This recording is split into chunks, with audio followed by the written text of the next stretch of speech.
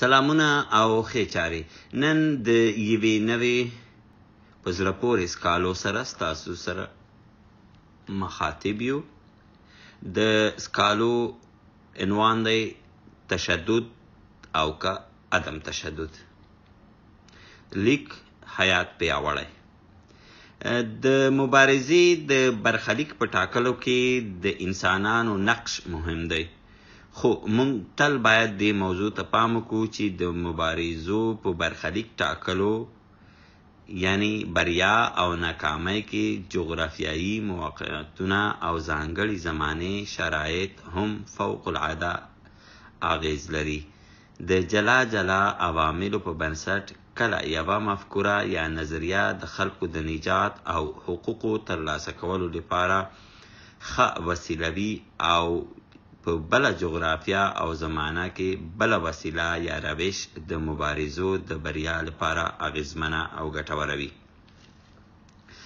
تشدد او عدم تشدد د حق غوښتلو او ترلاسه کولو دوه جلا روشونه دي. د خپلواکۍ او ازادۍ د مبارزو تاریخ ښودلې ده چې د مبارزې د دواړو ډولونو په ځانګړي زمان او ځانګړي مکان کې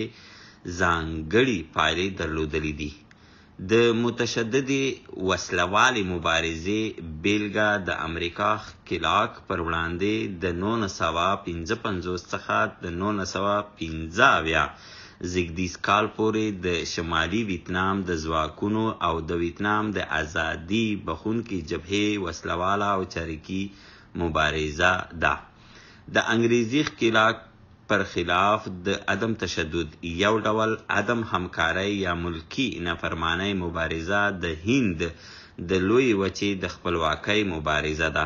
چې د یو لړ ازادي بخونکو غورځنګونو او انقلابونو مجموعه ده چې د هندوستان خلکو له برطانیه د امپراتورۍ خلاف د هند د خپلواکۍ لپاره صورت ونیوه. لومړی پیل د هند د ملي فوز لخوا د سباش چندرا په مشرتابه ډیر پر مخ ولاړ.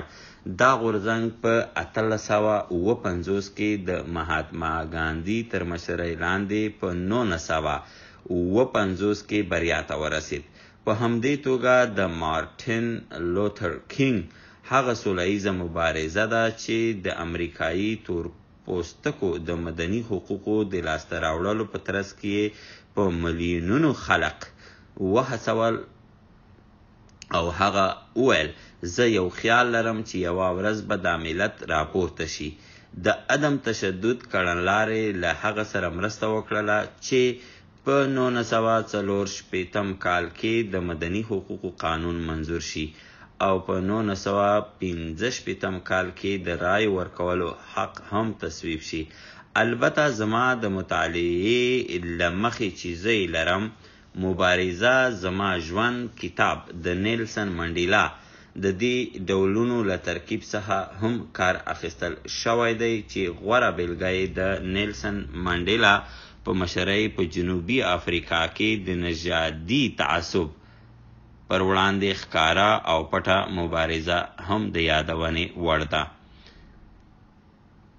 پر نژادي تبعیض ولاړ حکومتي سیستم په 1948 کال کې سویلي افریقا کې رامنځته کړ او د جنوبي افریقا د بیلابیلو سیاسي ډلو لخوا یې پر وړاندې مبارزه ترسره شوه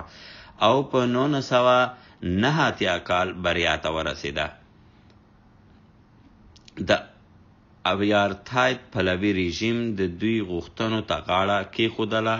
دا ټولې ملي او سیاسي مبارزې په خپل وخت کې یو څه مطلوبو پایلو ته رسېدلي دي. د دې مقدمې یادونه مې ځکه وکړه چې زموږ یو شمېر ځوانان او هیوادوال په آګاهانه او خبره او ناخبره توګه د عدم تشدد مبارزې د ډول مخالفت یا یې پلوي کوي. زه دغه ټولو عزیزانو او ملګرو څخه هیله لرم چې د دغه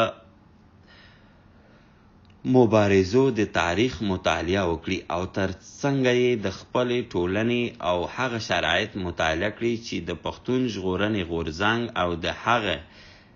غړي ورسره مخامخ دي.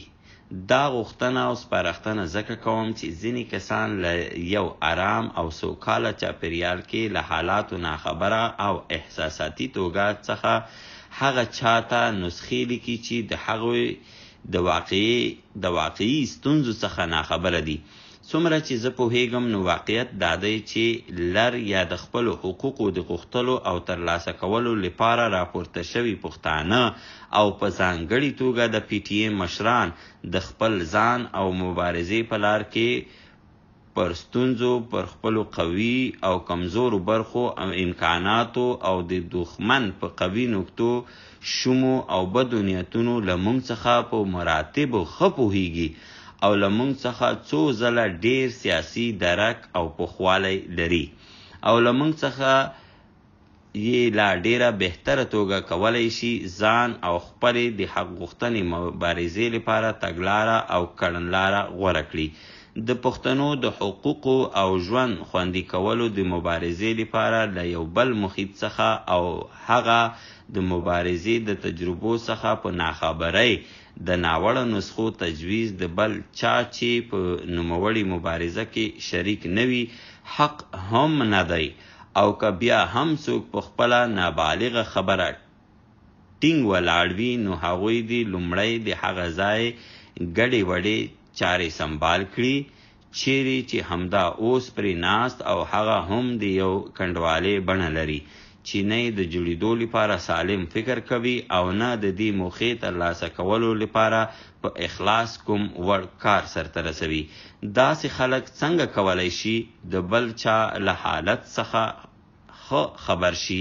او یا نسخه ورته تجویز کړي؟ په کار داده چې د تګلارې کړنلارې د عدلون او بدلون او غوراوي هغه چاته پرېږدو چې په یوه سره مځکه ناست او د اور لوخړې ترې ګرد چاپیره تاویږي او د همدې اور په لمبو کې لوله پکیږي، نو دا باید ومنو چې هغوی په خپلو شرایطو تر موږ ډیر ښه پوهیږي.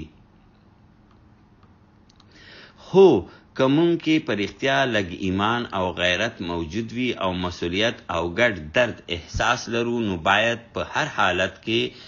د هغوی د حق غوښتلو او ترلاسه کولو د مبارزې هر ډول اخلاقي، مالی او ځاني ملاتړ په خاطر په رښتیا میدان ته راووځو ځکه چې دا زموږ تاریخي او وطني دنده او رسالت دی. په دې کار کې هم د هغو خلکو خبرو ته غوږ نیول پکار دي او زموږ هر ډول ملاتړ او مخالفت باید د هغوی مبارزې او ژوند ته د تاوان رسیدلو سبب ونه ګرځي. پای لیک حیات پیاوړی غږ نور صابر صبری.